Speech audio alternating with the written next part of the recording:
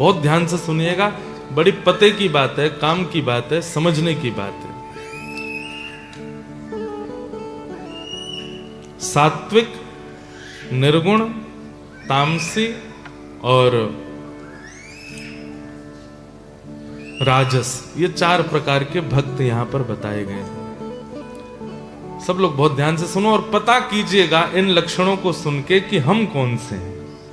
और ये भी यहां पर दूसरा प्रश्न देवभूति माता ने कपिल भगवान से किया कि आप जिन भक्तों के बारे में बता रहे हो, इनमें से आपको अच्छे कौन से लगते हैं, तो वो भी समझ लीजिएगा कि हम कौन सी कैटेगरी में हैं और हम प्रिय हैं कि नहीं।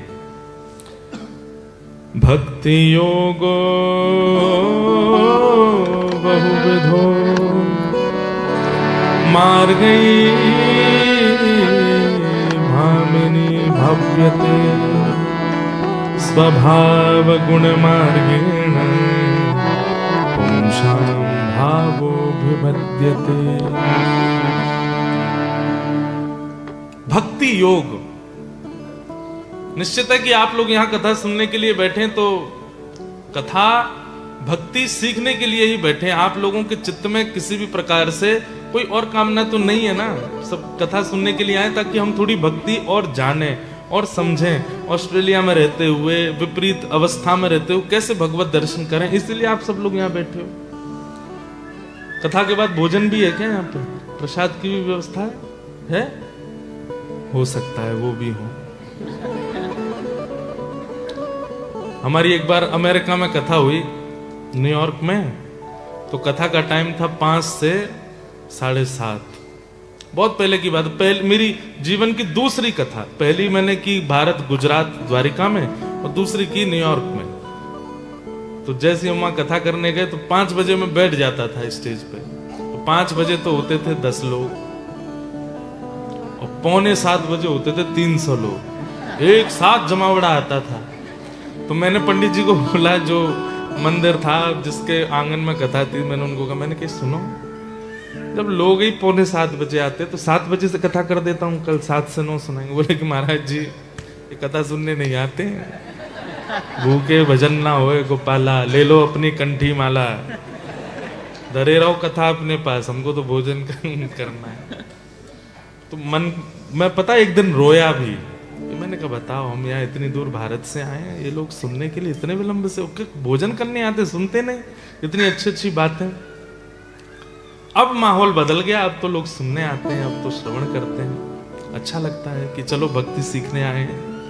प्रारंभिक समय में ऐसा भी था कि इसलिए रोना आता था कि बताओ हम यहाँ लेके बैठे हैं शास्त्र, गुरुजनों से पढ़ करके बैठे हैं, कुछ ना कुछ बताने के लिए, इनको सुधारने आए और इनको फिर भी नहीं सुधारना, इस बात से रोना आता था।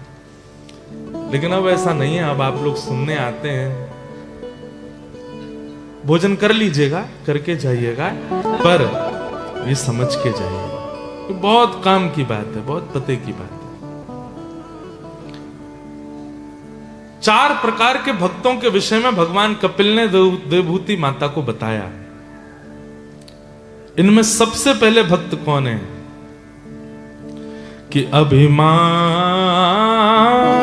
संधाय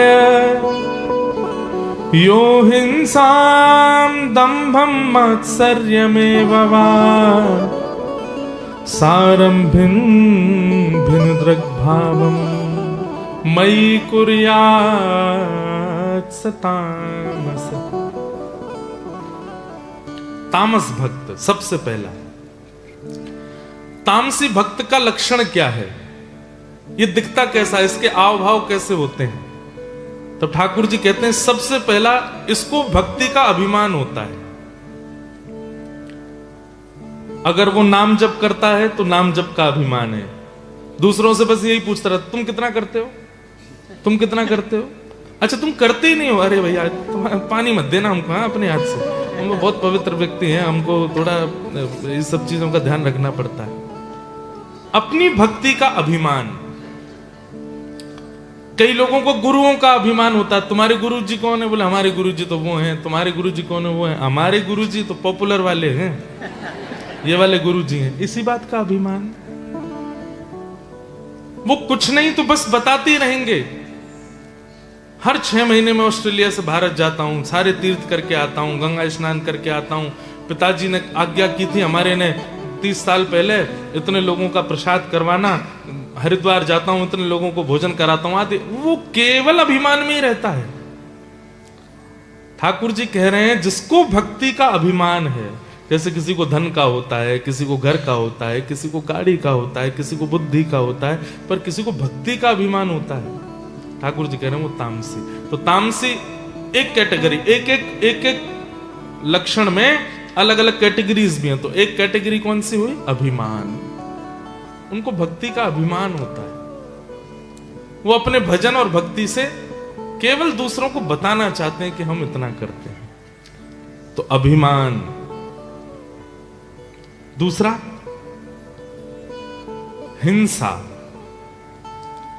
इनकी भक्ति का स्वरूप कैसा होता है? ये ठाकुर जी के सन्मुख केवल इसलिए जाते हैं कि किसी और का बुरा हो सके। हे नाथ, कल मेरे को पता चला पड़ोसी के साथ इतना अच्छा हो रहा है, हमारी बुआ जी के साथ इतना अच्छा हो रहा है, हमारे चाचा जी को बहुत बढ़िया चल रहा है, ऐसा तो मत करो नाथ, आपसे कृपा करके है ऐसा ऐसा करके उनका बिगाड़ देना, उनका ये सब कर देना, ऐसी भावना तामसी भक्त का लक्षण। देवभूति माता बोली आप इसको भक्त क्यों बोलते हो? फिर बोले भक्त तो है, नाम तो जपता है ना, सामने तो आता है, पर दूसरे की हिंसा की भावना से आता है और अभिमान की भावना से आता है, इसलिए तामसी। भस्मासुर की कथा सुनी आपने? भगवान शिव की आराधना की, ओम नमः शिवाय ओम नमः शिवाय, श्रावण का महीना चल रहा है, महादेव प्रकट हो गए, प्रकट होकर के बोले वरदान मांगो। बोला ऐसा वरदान दीजिए जिसके सिर पे हाथ धरूं वो जल के भस्म हो जाए। महादेव बोले अच्छा तथास्तु, जिसके सिर पे हाथ धरोगे जल के भस्म हो जाएगा। जैसे ही वरदान मिला तो महादेव के बगल में बैठी हुई जब पार्वती जी को उसने देखा, बोले ये बहुत अच्छी हैं, इतनी सुंदर, इतनी अच्छी, इतनी सुकोमला पत्नी, और पतिदेव देखो कैसे बागंबर लपेटे घूम रहे हैं। अगर ये हमारी हो जाएं तो जीवन धन्य हो जाएगा हमारा। और उसके लिए क्या करें? बोले इनके जो पतिदेव हैं इनको जला के भस्म कर देते हैं, जब ये भस्म हो जाएंगे तो हम इनसे ब्याह कर लेंगे। महादेव ने ही वरदान दिया, और जैसे वरदान दिया तथास्तु, तो हाथ उठा करके महादेव के पीछे ही भागा, बोले आपको ही भस्म करूंगा।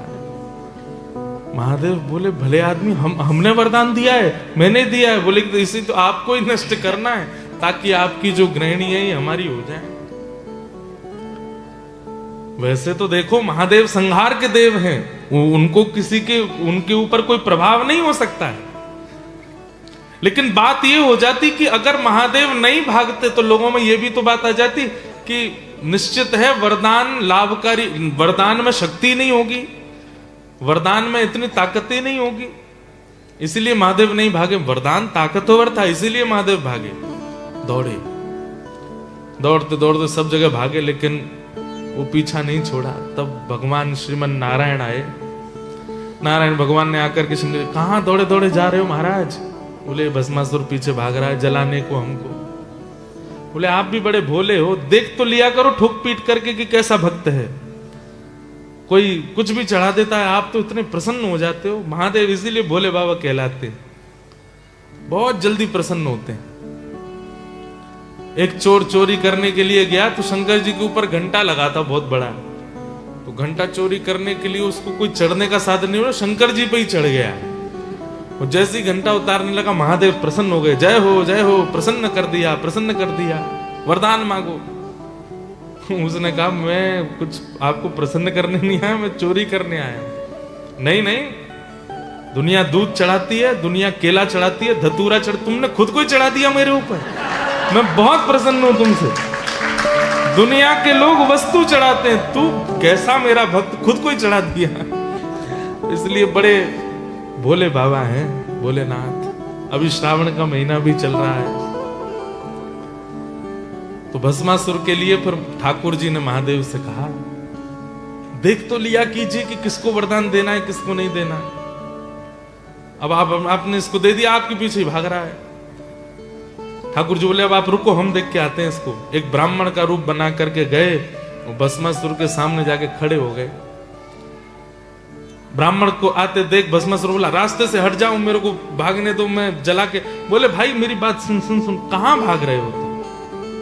बोले मुझे जला के भस्म करने की शक्ति मिली है, इन्हीं को जला के भस्म करूंगा। ब्राह्मण जोर से हंसने लगा। बोले यही वरदान दिया कि जिसके सिर पे हाथ धरोगे वो जल के भस्म हो जाएगा? बोले हाँ। बोले मुझे भी दिया था 10 साल पहले, कुछ नहीं हुआ। खूब धर धर के देख लिए मैंने हाथ, कुछ भी नहीं हुआ। बोले ऐसे कैसे? वो भोले बाबा है। भोले बाबा है तो कहां रहते हैं देखा तुमने? शमशान में रहते हैं, अपना खुद का घर नहीं बना पाए, तुम्हारा घर बसाएंगे वो? थोड़ी बहुत बुराई करी तो बोले अब क्या करूं मैं? बोले कि देखो तुमको विश्वास है कि तुम्हारे हाथ में जलाने की शक्ति है? बोले कि हाँ मुझे तो है। तो बोले एक काम करो, हमारे भारत में एक डिटर्जेंट पाउडर आता है, उसका एक वो आता है स्लोगन जैसा, पहले इस्तेमाल करें फिर विश्वास करें। तो ठाकुर जी बोले पहले प्रयोग करके तो देख लो। बोले प्रयोग कैसे करो? बोले अपने सिर पे हाथ धर के देखो, अगर तुम जल जाओ तो भस्मासुर बोला मैं जल ही गया तो फिर क्या करूंगा मैं? बोले नहीं देखो, आग लगने से पहले चिंगारी तो निकलेगी, आग लगने से पहले गर्मी तो लगेगी, आग सीधे थोड़ी कि सीधे अग्नि प्रकट हो जाएगी, कुछ तो होगा उससे पूर्व। बोले हाँ। बोले जैसे ही कुछ होगा तो फिर तुम अपना हाथ हटा लेना, धीरे धीरे हाथ नीचे धर के देख लो, चलो रखो। भस्मासुर बोला देख लो। बोले रुको मैं पानी की बाल्टी लेके खड़ा हूं, जलोगे तो मैं डाल दूंगा। तुम करो। भस्मासुर खड़ा हो गया। बोले गर्मी लगी? बोले नहीं नहीं, नीचे करो। और नीचे किया। बोले अब लगा थोड़ा गर्म? बोले नहीं लगा। नीचे करो। इतना ऊपर के लिए। बोले अब लग रहा गर्म? बोले तुम धरे ही लो, मैं कह रहा हूं कुछ नहीं होगा।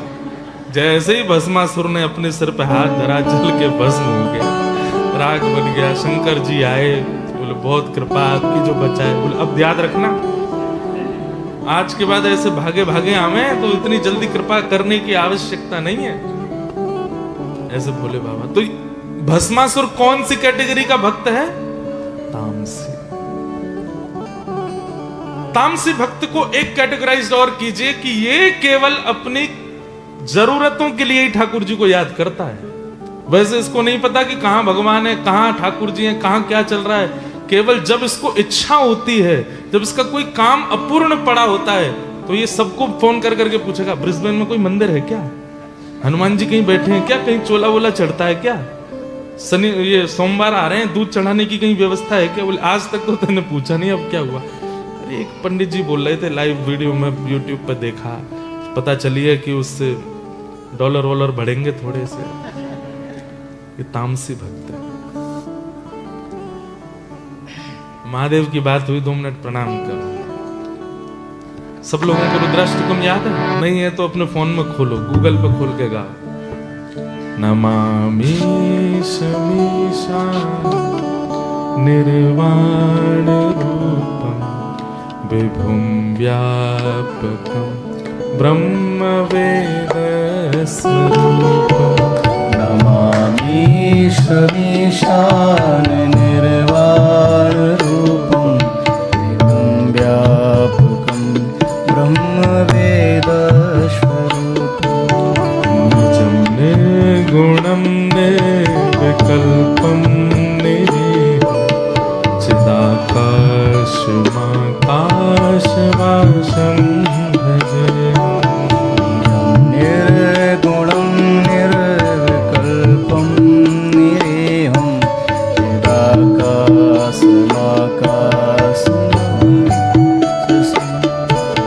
निराकारमोङ्कारमूलं तुरीयं गिराज्ञानगोतीतमीशं गिरीशं करालं महाकालकालं कृपालं गुणागार संसार पारं नतोऽहम्। नमामि शमीशान निर्वाण रूपं विभुं व्यापकम्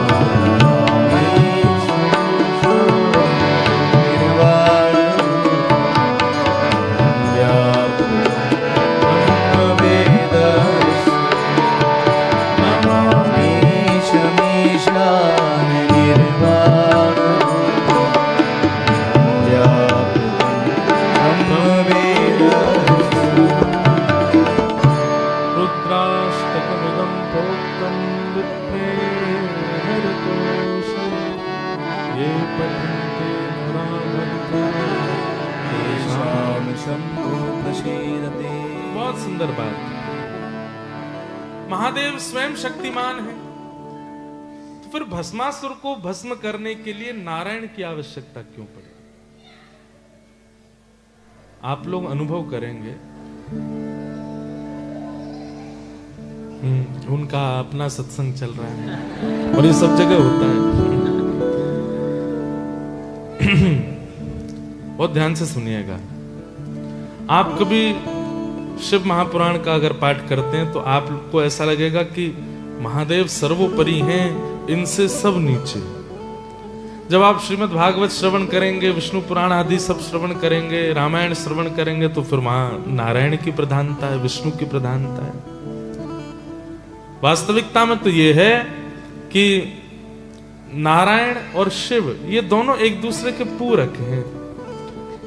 कहीं लोगों में संशय भेद ना हो जाए, इसलिए कभी कभी लीला में महादेव ऐसी लीला करते हैं कि नारायण प्रधान हो जाएं, और कभी कभी लीला में ऐसा होता है कि नारायण ऐसी लीला करते हैं कि महादेव प्रधान हो जाएं, ताकि हमारे चित्त में संशय ना आवे, हम दोनों को प्रधान माने। 10 प्रकार के नामापराध हैं, उन 10 नामापराध 32 प्रकार के सेवा अपराध हैं, उन सेवा अपराधों में एक सेवा अपराध है शिव और विष्णु में भेद मानना। इनमें भेद दृष्टि नहीं करनी, इनको एकाकार रूप मानना। तो सबसे पहले भक्त कौन से हुए? तामसी। तामसी भक्त का लक्षण क्या है? सबसे पहला अभिमान, दूसरा हिंसा, और तीसरा दंभ। दंभ मतलब, दंभ का मतलब क्या होता है? पाखंड। मतलब भक्ति नहीं है चित्त में, लेकिन लगता है कि अगर मैं ऐसा करूंगा तो आकर्षण बनेगा लोगों का, या फिर मेरी थोड़ी वैल्यू हो जाएगी, या कुछ भी। वो ठाकुर जी को प्रसन्न करने के लिए भजन नहीं कर रहा है, दूसरों को दिखाने के लिए ठाकुर जी का तिलक लगाता है, भजन करता है, नाम जपता है, बोलता है। ये दंभ तामसी भक्त का तीसरा लक्षण, दंभ करना। लेकिन एक बात बोलें, हमारी भक्तमाल जी में नाभा गोस्वामी जी आज्ञा करते हैं कि अगर कोई व्यक्ति दंभ करता है, नाटक करता है भजन का, तो कई बार नाटक करते करते भी ठाकुर जी की कृपा हो जाती है और वो नाटक वास्तविकता में परिवर्तित हो जाता है। इसका एक प्रमाण है, गुजरात के कितने लोग बैठे हैं यहाँ पे? हमारे गुजरात में एक भगवान के परम भक्त हुए, उनका नाम था नरसिंह मेहता। क्या नाम था? नरसिंह मेहता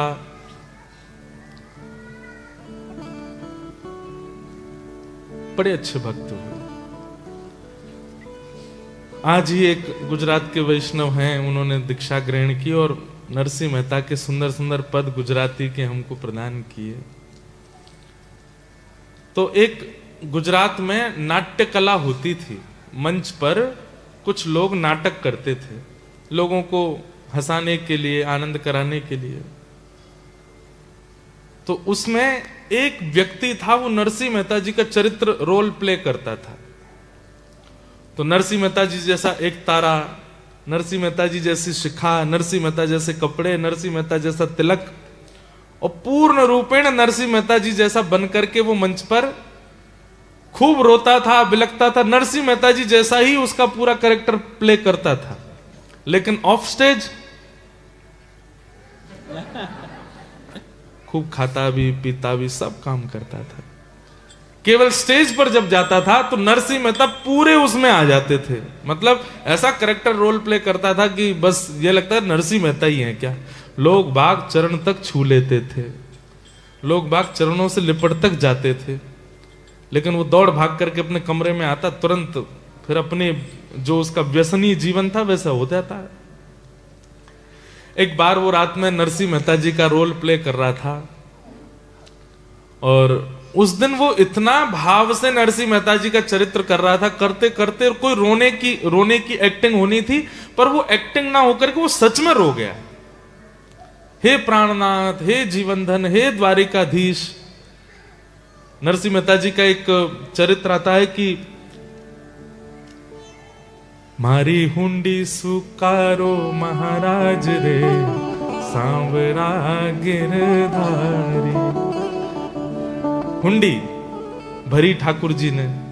ऐसा होता था पहले कि जैसे अब ब्रिस्बेन से कोई मेलबर्न जा रहा है लेकिन पैसे साथ में लेके जा नहीं सकता, तो वो नगर के किसी सेठ के पास जाकर के कहता कि आप हमारी हुंडी लिख दो।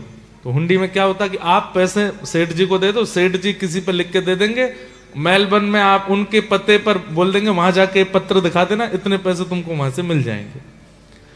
तो नरसिंह मेहता जी के पास कुछ संत गए, बोले कि भैया हम द्वारिका जा रहे हैं, रास्ते में चोर लुटेरे हमको लूट लेंगे, आप हमारी हुंडी लिख दो। नरसिंह मेहता बोले मुझ पर खुद रही, मैं तुम्हारी कहां से लिखूं।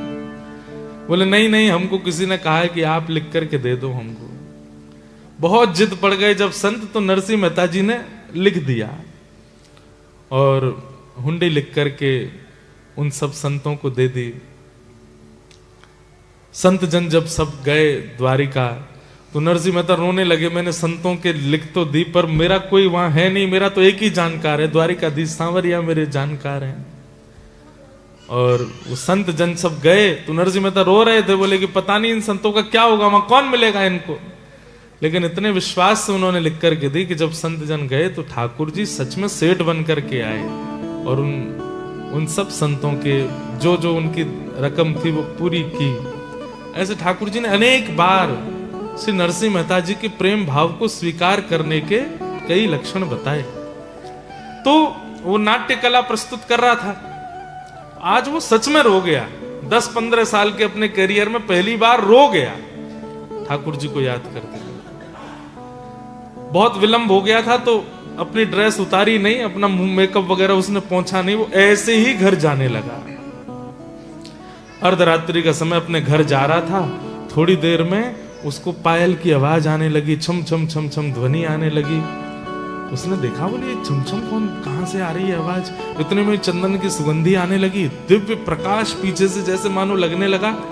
पीछे मुड़ करके जैसे ही उसने देखा, साक्षात द्वारिकाधीश खड़े हैं और द्वारिकाधीश नरसिंह मेहता को जैसे मानो अपनी ओर बुलाने के लिए आ रहे हो।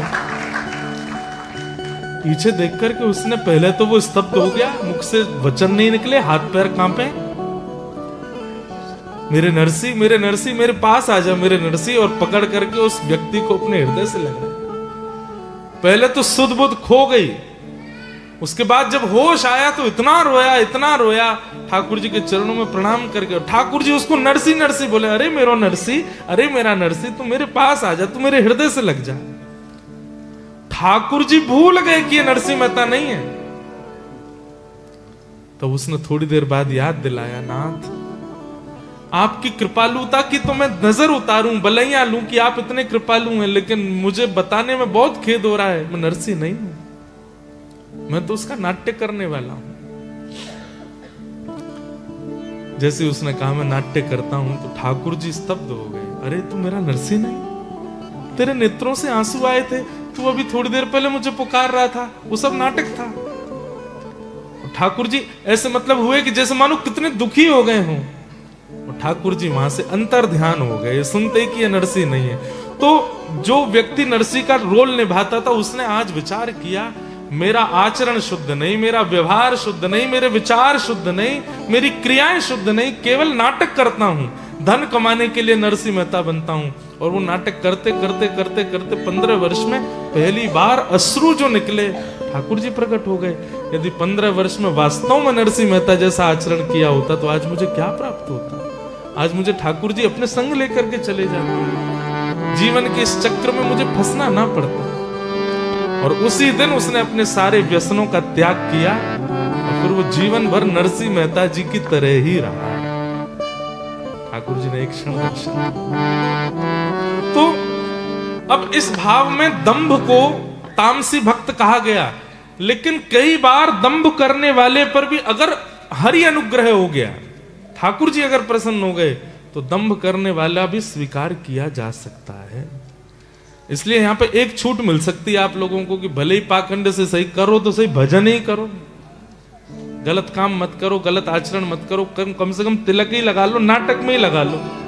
क्या पता लगाते लगाते लगाते कभी ठाकुर जी रीझ गए तो। दंभ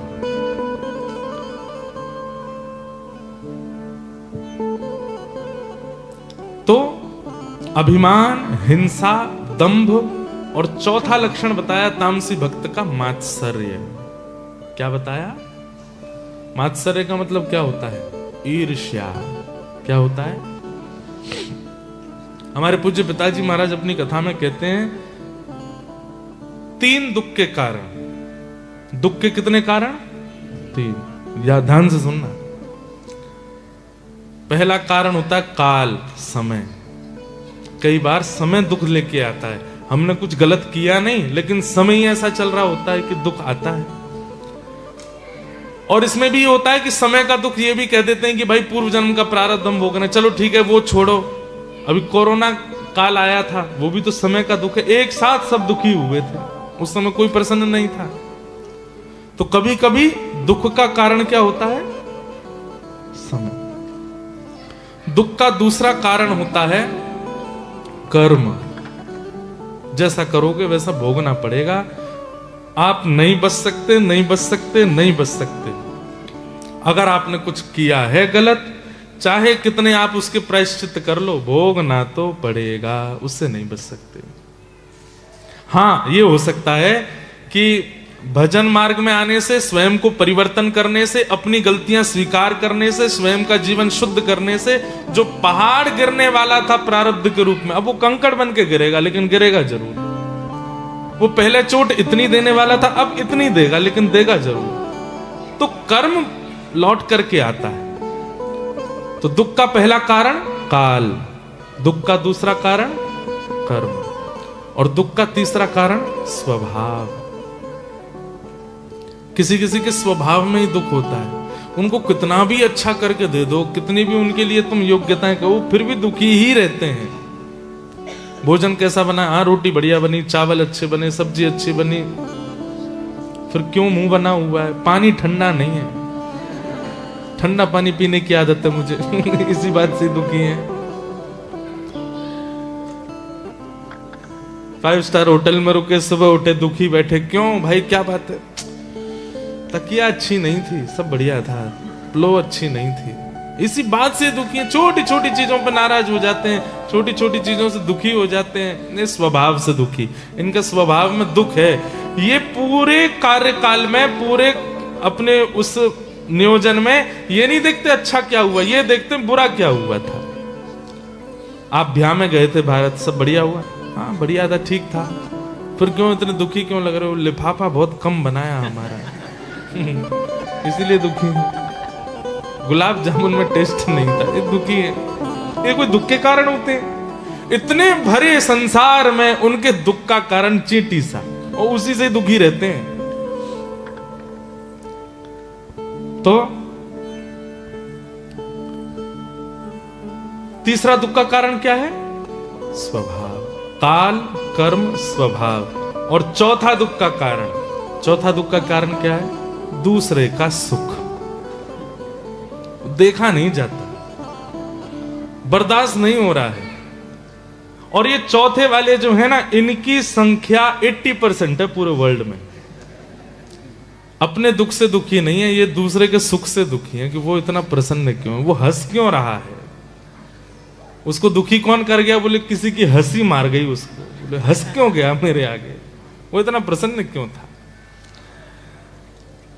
और दूसरे के सुख से दुखी होने वाला व्यक्ति कथा भी सुनता है, मंदिर भी जाता है, तिलक भी लगाता है, लेकिन दूसरे के सुख से दुखी रहता है, वो व्यक्ति भी तामसी भक्त माना जाएगा। तुम भजन करते हो, मंदिर जाते हो, पर दूसरे का सुख सहन नहीं होता आपसे, तामसी। और भगवान अंत में कहते हैं मैया ये मुझे पसंद नहीं है, पर भक्त तो कहलाएंगे।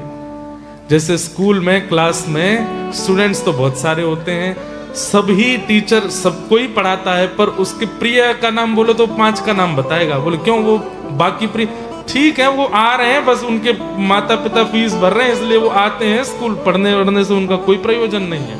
मेरे प्रिय तो ये 5 ही हैं। तो इनके लिए ठाकुर जी कहते हैं ये भक्त तो हैं, पर मुझे ये प्रिय नहीं है।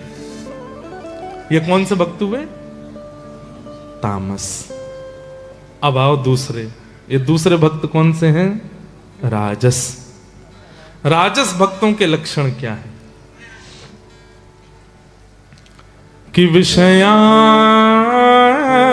विसन्धाय यश ऐश्वर्यमेव वा अर्चादार्चयिद्यो मां पृथग् भावसराजस।